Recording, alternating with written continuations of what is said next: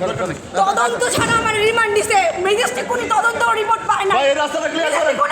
রাস্তাটা ক্লিয়ার ছিল। রিমান্ড দিছে উপরে হলে চাপ আছে এইজন্য। এটা পর্যন্ত ম্যাজিস্ট্রেট এই করে আসছে। আমার কোনো রকম তদন্তের রিপোর্ট ছাড়া আমাকে রিমান্ড দিছে। রিমান্ড দিছে আমাকে ভিতরে ঢোকা। এই তালা মারো। এদিকে আসেন। এই তালা মারো। হ্যাঁ লুক দাও।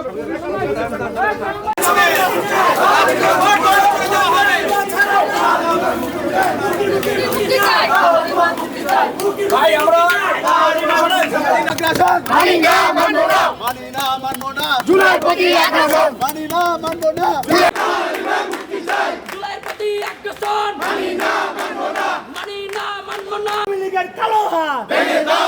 মঞ্চে উঠো আরেকবার। জুলাইয়ের ভাগিয়া। Justice justice. We want justice. দালালি না রাজপথ। রাজপথ রাজপথ। জুলাইয়ের প্রতি আগ্রাসন। মানি না মানবো না। জুলাইয়ের প্রতি আগ্রাসন। মানি না মানবো না।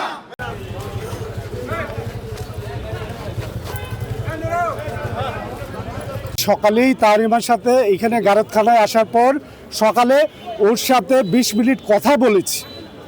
সে বলেছে আঙ্কেল আমার সাথে ওই লোক বারবার আমাকে খারাপ প্রস্তাব দিত।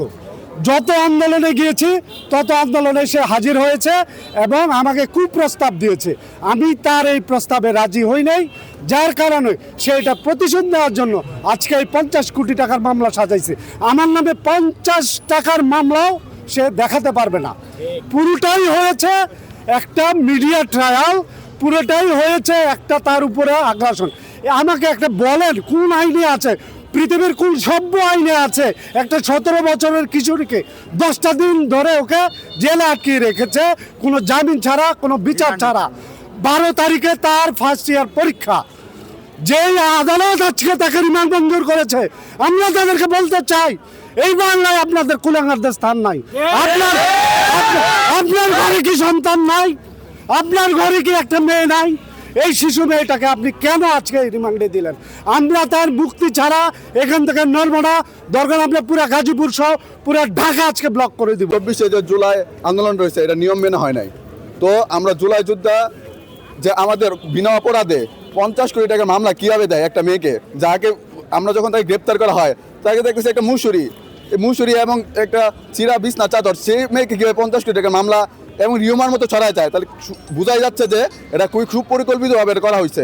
যেহেতু 2 দিনের রিমান্ড মঞ্জুর করা হয়েছে, পুলিশ এই জায়গায় রিমান্ড চাইছে, আমি পুলিশ যে এখনও যে রয়ে গেছে এটা পুরোপুরি স্পষ্ট বোঝা যাচ্ছে।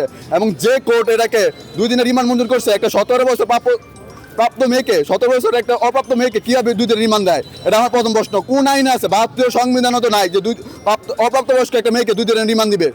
তা আবার কারাগারে তো দিনে ছিল, কীভাবে সে কারাগারে থাকে?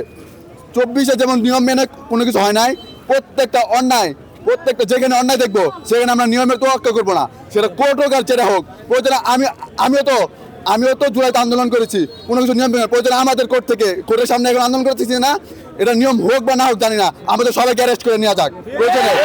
কিন্তু আমরা আজকে মাঠ এটা ছাড়বো না কখনোই। আমাদের আজকে জুলাই যোদ্ধা তাহারিমাকে এখান থেকে নিয়ে তারপর যাবো, নাহলে সারা বাংলাদেশ আমরা ব্লক করতে বাধ্য হব। আমরা এখন সিজিএম 2 দিন রিমান্ড করছে, সিজিএম এর কাছে যাবো। সিজিএম এর কাছে উনি যদি এটা ব্যবস্থা না নেয় তাহলে আমাদের কর্মসূচি গাজীপুর থেকে শুরু করে পুরো ঢাকা সহ সারা বাংলাদেশে আমাদের ব্লকের কর্মসূচি দিবে। এখন আমরা দেখবো এখন কি হয়। এখন আমরা আদালত থেকে ছাড়বো না, আদালতে আমরা চলবো আমাদের কর্মসূচি। আমাদের যে ধরনের পদক্ষেপ নেওয়া প্রয়োজন, কোনো নিয়মের তোয়াক্কা না করে, অনিয়ম হোক আর যেটা হোক, জুলাই যেমন অনিয়মের মাধ্যমে করে রেখেছি তাহারিমাকে আমরা ছাড়িয়ে এখানে নিয়ে যাবো। সেটা সুশীলরা মব বলুক আর যেটাই বলুক, জুলাই যুদ্ধের জন্য আমরা প্রাণ দিতে রাজি আছি। এখন আমাদের অ্যারেস্ট করলেও আমরা এই মাঠ ছাড়বো না। একটি সাব জুডিশিয়াল ম্যাটার, আপনারা জানেন আমরা যতটুকু বলা প্রয়োজন ততটুকুই আমরা বলতে পারবো, যেটা আদালত অবমাননা হবে না। সুতরাং এই মামলাটা আপনারা সবাই জানেন, মেইন স্ট্রিম মিডিয়াতে এসেছে, একটা মিথ্যা মামলা রুজু হয়েছে আমাদের জুলাই যোদ্ধা তাহারিমার বিরুদ্ধে।